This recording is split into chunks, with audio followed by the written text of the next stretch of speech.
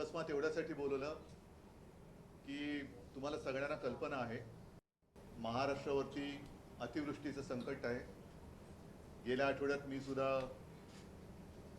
अतिवृष्टी जिथे झाली त्या परिसरात जाऊन आलो, शेतकऱ्यांना भेटलो, त्याच्यानंतर मी आपल्याशी बोललो। मी तर प्रांजळपणाने सरकारला हात जोडून विनंती सुद्धा केली की या संकटामध्ये राजकारण न आणता आपण सगळे एकत्र होऊन मार्ग कसा काढता येईल का हे पाहू शकतो। परंतु मला नाही वाटत सरकारकडे काही अशी कल्पना आहे किंवा सरकारची तशी तयारी दिसत नाही, कारण मुख्यमंत्री त्यांच्या जाहिरातीमध्ये व्यस्त आहेत, दुसरे मुख्यमंत्री मदतीच्या पाकिटावरती सुद्धा स्वतःचे फोटो छापून वाटण्यामध्ये मग्न आहेत, आणि तिसरे मुख्यमंत्री तर काही अंगाला लावून उपमुख्यमंत्री तर काही अंगाला लावूनच घेत नाहीत। म्हणजे कोणताही विषय आला तरी त्यावेळेला हे दुसरे जे उपमुख्यमंत्री आहेत ते दिसतच नाहीत कधी। आणि जनता आता वाऱ्यावर पडलेली आहे। या जनतेला मदत करणं तर दूरच राहिलं, पण आज बातमी जी आलेली आहे ती शेतकऱ्यांवरच सरकारचा पूरभार अशी एक बातमी आलेली आहे, आणि त्याच्यात खरंच ही संतापजनक गोष्ट आहे। मधल्या कालखंडात आपण बातमी दिली होती, कारण मी तुमच्याच माध्यमातून या सगळ्या बातम्या पाहतोय आणि वाचतोय की काही साखर सम्राट हे भाजपामध्ये गेले आणि शेकडो करोडो रुपयांच्या कर्जावरती त्यांनी सरकारकडनं थक हमी मिळवली।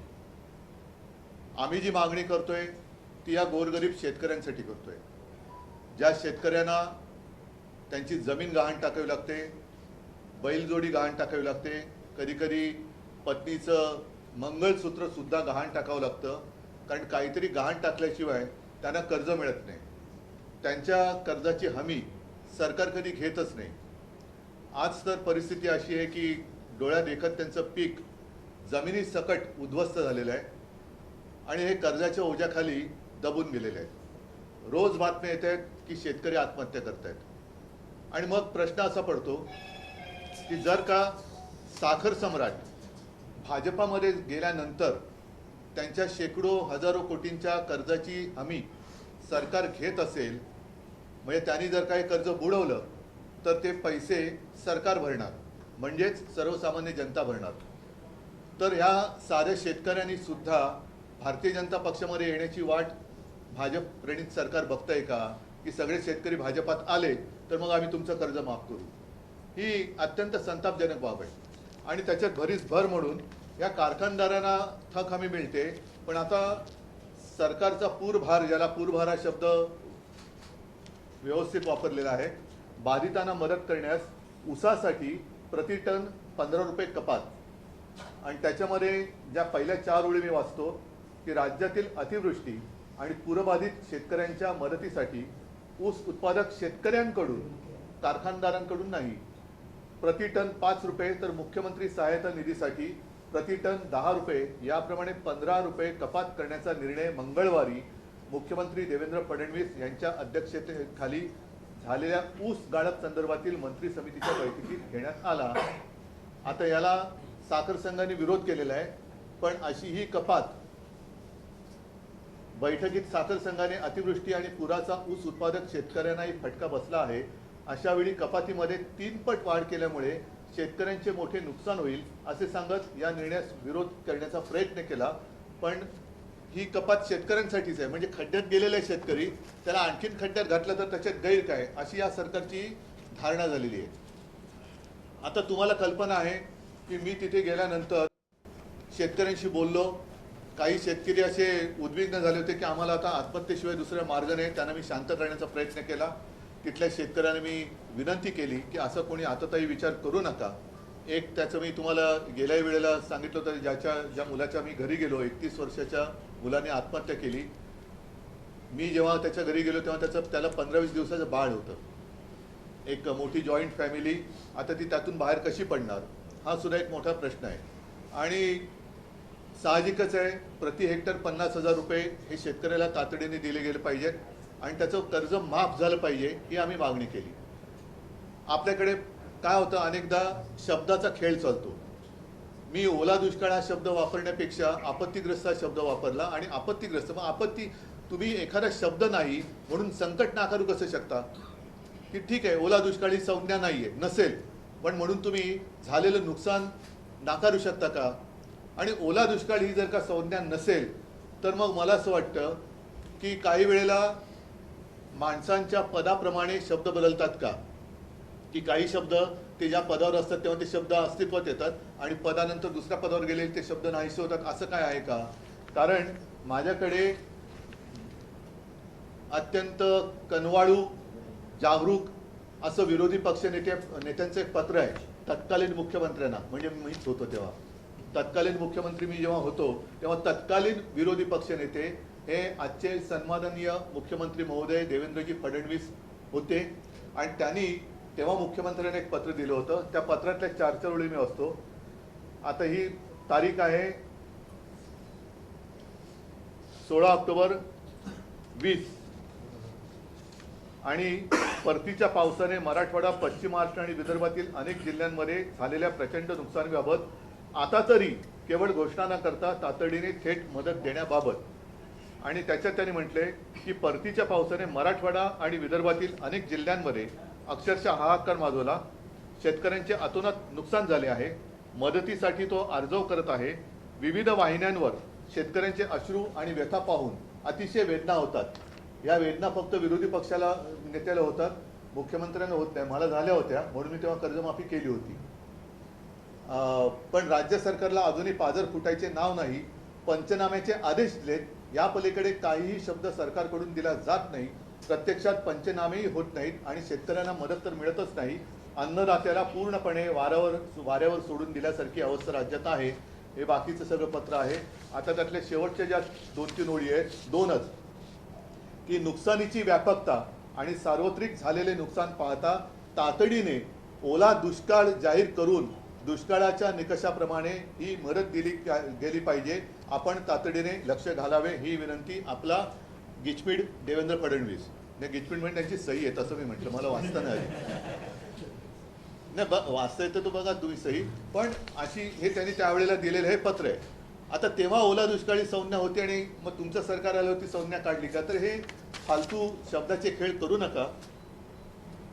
त्यावेळेला सुद्धा आमची नियत काढली गेली, सगळं काढलं गेलं, पण शेतकऱ्याला आज जी मदत पाहिजे ती अजूनही दिली जात नाहीये. मुख्यमंत्रीमध्ये पंतप्रधानांना भेटून आले. पंतप्रधान तिकडे प्रस्तावाची वाट बघतायत आणि मुख्यमंत्री आपला अभ्यास चालू आहे. 2 उपमुख्यमंत्री, 2 हाफ आणि 1 फुल 2 हाफ असे त्यांचा अभ्यास आणि प्रस्ताव बनवणं सुरू आहे. आता हे जे काय थोतांड आहे, केंद्राचं पथक, माझ्या माहितीप्रमाणे, आपल्याकडे माहिती असेल तर मला, मी चुकीचं बोलत असेल तर मला करेक्ट करा, की केंद्राचं पथक अजूनही राज्यात आलेलं नाही. केंद्राचं पथक येणार केव्हा, येणार की नाही येणार, आल्यानंतर त्यांची सगळी पाहणी होणार कधी, मग त्यांचे पंचनामे होणार कधी, म्हणजे हे सगळं या सरकार म्हणजे एकदम निर्दयीपणाने हा कारभार चाललेला आहे. एक तर तातडीने मी पुन्हा त्याचा पुनरुच्चार करतो की शेतकऱ्याचं कर्ज माफ झालं पाहिजे. तुम्ही त्याला ओला दुष्काळ म्हणा, नाही तर तुमच्या अकलीचा दुष्काळ म्हणा, काही म्हणा, पण शेतकरी आज संकटात आहे. शेतकऱ्याला ताबडतोब हेक्टरी 50,000 रुपये मदत झाली पाहिजे. बाकीचे सुद्धा खूप विषय आहेत, कारण घरदारं वाहून गेलेली आहेत. पंतप्रधान आवास योजना हे मी यापूर्वी सुद्धा बोललेलं, तशी ग्रामीण योजना परत एकदा आणा किंवा नव्याने आणा. आणि शेतकऱ्यांची जी ज्याला मी काय म्हणेन, जेमतेम काही घर आहेत त्याला घर म्हणणं सुद्धा फार धाडसाचं ठरेल, अशा प्रकारचे निवारे आहेत, खोपटी आहेत आणि ते पाण्यामध्ये वाहून जातात. आता यांचे निकष काय की ज्यांचं काय घरदार वाहून गेले त्या घरात 48 तास पाणी राहिलं पाहिजे. हा कुठला निकष आहे? तर ही जी सगळी तात्पुरत्या स्वरूपातली घरं आहेत त्यांना नुसती डागडुजी नाही, तर त्यांना पक्क्या स्वरूपाची घरं ही प्रधानमंत्री आवास योजनेतून फुकटात बांधून दिली गेली पाहिजेत. शाळासुद्धा ताबडतोब सुरू केल्या गेल्या पाहिजेत.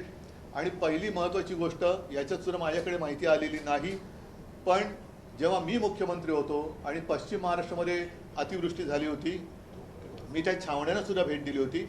नागरिकांचं आम्ही स्थलांतर केलं होतं, त्यांना सुरक्षित ठिकाणी त्यांना निवारे उपलब्ध करून दिले होते. मग काही कॉलेजेस असतील, काही आणखीन कोणाच्या बिल्डिंग होत्या, काही ठिकाणी आम्ही छावण्या उभारल्या होत्या, त्यांना तिकडे आम्ही हलवलं होतं. त्यांच्या आरोग्याची सुद्धा आम्ही एक व्यवस्था केली होती, कारण असा पाऊस झाल्यानंतर रोगराई पसरण्याचा हा धोका असू शकतो. त्याच्यामुळे ताबडतोब या नागरिकांना सुरक्षित आणि चांगल्या ठिकाणी हलवून त्यांच्या आरोग्याची काळजी घेण्याची गरज आहे.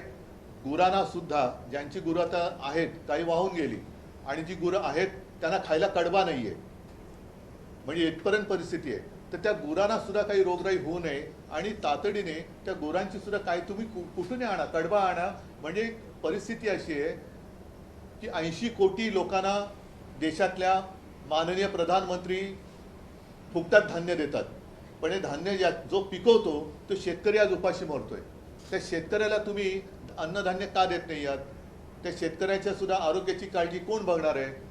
म्हणजे ह्या मदतीचे जे कागदी घोडे आहेत, हे कागदी घोडे तुम्ही नुसते नाचवत बसू नका, पण ताबडतोबीने शेतकऱ्यांबरोबर ज्या नागरिकांची घरदारं वाहून गेलेली आहेत त्यांना चांगल्या ठिकाणी हलवून त्यांच्या छावण्या चांगल्या उभारल्या पाहिजे. छावण्या म्हणजे छळे छावण्या नव्हे, पण चांगल्या निवाऱ्याची सोय केली गेली पाहिजे.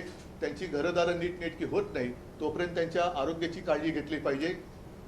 शाळांची सुद्धा आता एक स्वच्छता मोहीम करून शाळा लवकर सुरू केल्या पाहिजेत. नंतर अनेक ठिकाणी शेत जमिनी वाहून गेल्या आहेत, खरडून गेलेल्या आहेत.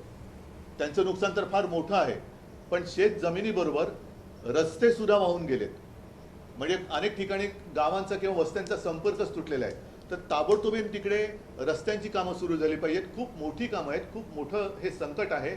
परत एकदा सांगतो, आम्हाला याच्यामध्ये राजकारण आणायचं नाही, पण आम्ही किती जरी म्हटलं तरी सरकार ज्या पद्धतीने कामकाज करते किंवा करत नाही आहे हे मात्र संतापजनक आहे. नुसते कागदी घोडे नाचवण्यापेक्षा तिथे शेतकऱ्यांमध्ये जा, काय हवं नको ते बघा. केंद्राचं पथक कधी येणार? आज मी असं म्हणत होतो की खरं म्हणजे मुख्यमंत्री आणि दोन्ही उपमुख्यमंत्र्यांनी नुसते मुजरे मारायला दिल्लीत जाता, त्याच्यापेक्षा महाराष्ट्राच्या हक्काच्या मागणीसाठी, महाराष्ट्र संकटात आहे त्या मागणीसाठी म्हणून त्यांनी दिल्लीला जायला पाहिजे. या संदर्भात विखे पाटलांना प्रश्न केला होता, मी जो मुद्दा उपस्थित केला, तर ते म्हणतात की कुठेतरी गैरसमज निर्माण केला जातो आणि कारखान्याच्या व्यवहारातून हे पैसे घेतले जाणार आहेत. मग बातमी फोडा तुम्ही, बरं ती बातमी फोडा ना तुम्ही. ही त्यांचा प्रश्न आहे, बातमी आली कशी? पण हे जरी असेल तरी अतिवृष्टी झाली हा गैरसमज आहे का? पिकं उद्ध्वस्त झाली हा गैरसमज आहे का? घरदारी वाहून गेली हा गैरसमज आहे का? रस्ते वाहून गेलेत हा गैरसमज आहे का? मुलांची पुस्तकं, वह्या पुस्तकं वाहून गेली हा गैरसमज आहे का? शेतकरी आत्महत्या करतायत हा गैरसमज आहे का? काय तुम्ही कोणत्या काळामध्ये किंवा कोणत्या जगात राहतायत ही लोक मला कळत नाही. उद्धवजी, भाजपचं असं म्हणणं आहे की पूरग्रस्तांना जर मदत करायची असेल तर आपल्या पक्षाने दसरा मेळावा रद्द करावा किंवा साधेपणाने. मला एवढंच म्हणायचंय की त्यांनी जी काय जाहिरातबाजी चालवली होती ना, त्या जाहिरातीत जेवढा पैसा खर्च केला ना तेवढा पैसा तरी द्यावा. या मदतीवरूनच आरोप प्रत्यारोप होते. तुम्ही किंवा तुमच्या पक्षाच्या नेत्यांनी जे म्हटलं की फोटो लावून मदत केली जाते, त्यावर उपमुख्यमंत्री शिंदे यांचं असं म्हणणं आहे की त्यांना मी उपमुख्यमंत्री मानत, गद्दाराच्या प्रश्नाला मी उत्तरच देत नाही. पण त्यावरचे फोटो बघण्यापेक्षा गद्दाराच्या आणि पूर्वीही अशी मदत केली जात होती आणि तेव्हाही फोटो छापले जात होते. मी गद्दाराच्या प्रश्नाला उत्तरच देत नाही. गद्दार तो गद्दारच, आज सुद्धा बोलतो तो गद्दारच आहे आणि गद्दाराला मी उत्तर देत नाही.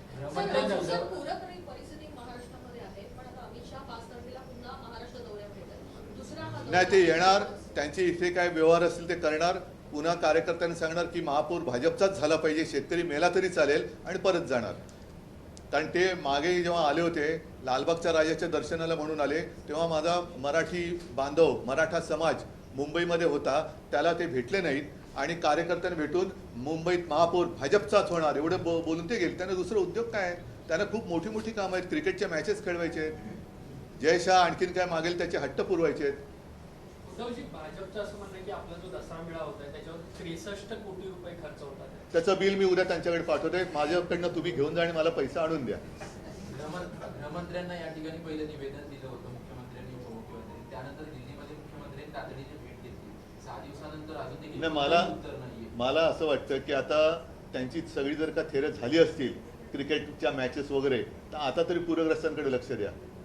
पंचनामे पूर्ण झालेले नाही आहेत, आठवडा दीड आठवडा झालेला आहे. पंचनामे पूर्ण करण्यासाठी जी पुरावे लागते देखील आता नष्ट होत आहेत. भाजीपाला असेल किंवा पिकं असेल ते पूर्ण नाही. एक तर काय झालेलं आहे, जे निकष विमा कंपन्यांनी सुद्धा जे काही निकष लावलेत ते निकष हे पूर्णच होऊ शकत नाही. त्याच्यामुळे विम्याची रक्कम कधी मिळणारच नाही, अशा पद्धतीने ते निकष ठरवले गेले. पंचनामे सुद्धा माझं तेच म्हणणं आहे की पंचनामे अजून पुरे होत नाही. आणि पंचनामे कसले करताय? डोळ्या देखत तुमचे डोळे आहेत ना, डोळ्याच्या खोबणीत काय बसले की नाही, तर ते बघा ना तुम्ही. दिसतंय शेतकरी रडतोय, शेतकरी आत्महत्या करतोय, पिकं पाण्यात सडून गेले. म्हणजे मी गेलो तेव्हा आता 1 आठवडा होईल, तेव्हाच तो सगळा वास, पिकं सडल्या त्याचा वास येत होता. आता तर काय हालत झाली असेल. म्हणजे पंचनामे कसले पंचनामे करताय? ताबडतोब तुम्ही बरं, बँकांच्या नोटीस अजून चालूच आहेत. मग जो शेतकरी असता तर सगळं विल्हेवाट लागलेली आहे, तो पुढची तयारी, आता रब्बीचं पीक ते काढणार कधी, त्याला बी बियाणं कोण उपलब्ध करून देणार, खत कुठून आणणार, तो नांगरणी कशी करणार, त्याच्यासाठी पैसे कुठून आणणार. आधी जे कर्ज काढून आता जर थोडंफार फेडू शकला असता ते सुद्धा पीक गेलं, मग पुढच्या हंगामाची तो तयारी कशी करणार. पूर्णपणे शेतकरी उद्ध्वस्त झालेला आहे. आणि म्हणून आमची जी मागणी आहे की तुम्ही पंचनामे वगैरे थातूरमातूर करू नका, हेक्टरी 50,000 रुपये जाहीर करा आणि ते द्या आणि कर्जमाफी करा जशी आम्ही केली होती. त्याच्याबद्दल सुद्धा मुख्यमंत्री म्हणाले की कर्जमाफीची सुद्धा काही निकष असतात. मी केले होते तेव्हा काय निकष होते? कोणी मागितली होती माझ्याकडे कर्जमुक्ती? कोणीच नव्हती मागितली, पण मी माझं कर्तव्य म्हणून केलं होतं. कर्जमाफी करायला जो पैसा हवा आहे तो सरकारकडे सध्या नाहीये. मी त्याच्यावरती सुद्धा सांगितलं ना, PM केअर फंडातून आणा पैसा, PM केअर फंडातून पैसा आणा. मी दिले, मार्ग पण दाखवलेत, असं नाही की नुसती टीका करतोय. सर, बिहारमध्ये महिलांना 10,000 रुपये दिले जातात, पण तिकडे निवडणूक आहेत आणि बिहारने प्रस्ताव दिला होता का? निवडणूक आहे. बिहारमध्ये प्रस्ताव दिला होता का पंतप्रधानांकडे की महिलांना 10,000 रुपये प्रत्येकी द्या म्हणून प्रस्ताव दिला होता? कसे दिले पंतप्रधानांनी? म्हणूनच माझं म्हणणं आहे की ही सगळी थेरं बंद करा. महाराष्ट्र भोळा भाबडा म्हणून तुम्ही त्याच्यावर वेडावाकडा अन्याय करू नका. लाडकी बहीण योजनेला रोज नवीन अटी लावत आहे. बघा, आता तुम्ही विषय काढलाच आहात, तर माझं आणखीन मत आहे की जसं निवडणुकीच्या वेळेला 2-3 महिन्याचे हप्ते लाडक्या बहिणीचे तुम्ही दिले होते, तसे पुढच्या 6 महिन्याचे हप्ते लाडक्या बहिणींना आत्ता द्या. ठीक आहे? पाकिस्तान सामन्यांना प्रत्येक सामन्याला तुम्ही विरोधाची भूमिका घेतली, पण अंतिम सामन्यामध्ये पाकिस्तानचा भारताने पराभव केला आणि त्यानंतर आशिया चषक पाकिस्तानच्या हस्ते स्वीकारायला नकार दिला. भारतीय संघाच्या या कृतीकडे तुम्ही भूमिका म्हणून काय व्यक्त करा? आणि त्यावरून याच्याबद्दल काही मत व्यक्त करायला मी ती मॅच कधी बघितली पण नाही. आणि या मॅचला देशप्रेमी म्हणून माझा विरोध होता. देशद्रोह्यांनी ती मॅच एन्जॉय केली असेल, मला त्याच्याबद्दल काय म्हणायचं. ठीक आहे, चला.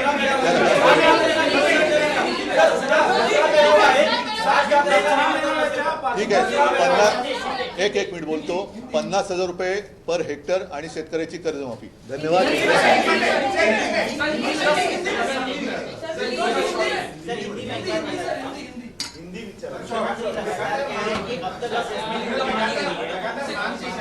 महाराष्ट्र लगातार सर बाढ़ की चपेट में, खासतौर से मराठवाड़ा का जो रीजन है वो प्रचंड इस समय जो है बाढ़ से ग्रसित है.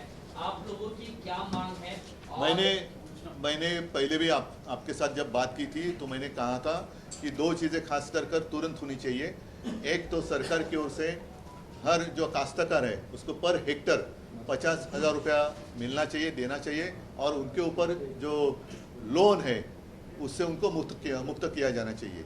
अभी मैंने जो एक खत पत्र का उल्लेख किया था, ये आज के जो अपने मुख्यमंत्री है देवेंद्र जी फडणवीस, वो जब विरोधी विपक्ष के नेता थे और मैं चीफ मिनिस्टर था, तब उन्होंने एक पत्र मुझे खत लिखा था.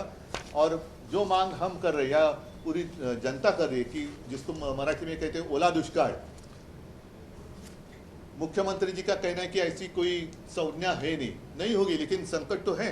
और ये जो पत्र उन्होंने मुझे दिया था उसमें स्पष्ट शब्दों में लिखा है, मराठी में लिखा है कि ओला दुष्काळ, तातडीने ओला दुष्काळ जाहीर करून दुष्काळाच्या निकषाप्रमाणे मदत केली गेली पाहिजे. तो आप ही ने लिखा हुआ खत है. तो अभी अब तो विपक्ष का नेता वो नहीं बनने देते, तो चलो यही मेरा नाम ऊपर डालकर उनको मैं ये लेटर दे देता हूँ कि अब आप बैठे वहाँ. मैंने तो उस वक्त मदद की थी जितनी मैं कर सकता तो मदद की थी मैंने 2-3 बार. एक बार तो त्योकते साइक्लोन आया था, दूसरी बार निसर्ग का आया था, फिर हमारे समय में भी अतिवृष्टि का संकट था. लेकिन हमने भी उस वक्त मदद की थी, केंद्र से पैसा नहीं आया था। केंद्र सरकार लगातार सरकार ये कह रही है कि केंद्र सरकार से बातचीत शुरू है, लेकिन केंद्र सरकार किस तरीके की, किस विषय पर बातचीत चल रही है, ये भी साफ होना चाहिए। आज मतलब 4-5 दिन पहले मुझे लगता है कि मुख्यमंत्री जी गए थे ना प्रधानमंत्री जी को मिलने के लिए, तो खबर आई थी कि वो इंतजार कर रहे प्रधानमंत्री कि आपकी ओर से प्रस्ताव कुछ आना चाहिए। तो जैसे अभी आपने एक सवाल पूछा था, बिहार में चुनाव है और वहाँ तो प्रधानमंत्री तो अपने दयावान प्रधानमंत्री है, उन्होंने हर महिला को 10-10 हजार रुपये दिए। क्या बिहार से प्रस्ताव गया था उनके पास? हमें कोई जलन नहीं हो रही है बिहार को मदद की, इसलिए जलन नहीं है, लेकिन चुनाव है इसलिए आप चुनाव लगा रहे हो और यहाँ संकट है तो आप अनदेखी कर रहे हो, ये कौन सा न्याय है? अमित शाह तो उनके कुछ कारोबार के लिए आएंगे, कुछ क्रिकेट का मामला होगा या कुछ व्यवहार का मामला होगा। जब पिछली बार जब वो आए थे हमारे यहाँ लालबाग का राजा गणपति का दर्शन करने वो आते हैं और उसी वक्त हमारे मराठी सब भाई लोग बहनें मराठा समाज यहाँ बैठे थे, वो वहाँ उनको मिलने के लिए नहीं गए, अपने कार्यकर्ताओं के साथ उन्होंने बातचीत की और उन्होंने कहा कि अब मुंबई का मेयर तो बीजेपी का होना चाहिए। क्या दूसरे कोई आपके पास काम नहीं है? दशहरा रैली पर सवाल उठा रही है बीजेपी। सर, दशहरा रैली पर सवाल उठा रही है। अभी थोड़ी बातें कल करूंगा। चलो। आप 2.5 साल मुख्यमंत्री थे, ये बताइए कि केंद्र सरकार की विशेष पैकेज के लिए जो नियम रखते हैं उसमें अभी की आपत्ति बैठ सकती है कि एक मुख्यमंत्री आज इसमें स्पेशल नहीं, सुनिए। पैकेज से मांग सकता है कि केंद्र दे। सुनिए, पैकेज की अगर बात करें और उसके ऊपर कुछ क्या कहते हैं उसको निकष, तो बिहार की जनता या महिलाओं के लिए प्रधानमंत्री जी ने 10-10 हजार रुपए दिए। वो क्या था, क्या है, वो कहाँ किस में बैठता है, किस में बैठता है? तो बिहार को आप मदद कर रहे हैं, इसमें हमें कोई पेट दर्द नहीं हो रहा है, जलन नहीं हो रही है। तो लेकिन महाराष्ट्र में संकट है, महाराष्ट्र में आज संकट में है और बिहार में चुनाव है, इसलिए आप बिहार की ओर देख रहे हैं और महाराष्ट्र की ओर अनदेखी कर रही है। अन्याय है, सरासर अन्याय आप है। रैली कर रहे हो, इतनी बड़ी आपत्ति है, ऐसे में रैली का पैसा रैली को कितना पैसा आता है? मेरे पास तो सरकार नहीं है, ऐसा आप मेरे पास तो सरकार है नहीं, कितना पैसा आता है? बीजेपी और नहीं, बीजेपी के पास बहुत पैसा है, बीजेपी के पास सबसे ज्यादा दुनिया में सबसे बड़ी पार्टी है और बीजेपी के पास जितना पैसा है उसमें पूरा महाराष्ट्र के काश्तकार लोन फ्री हो सकते हैं। चलो, धन्यवाद।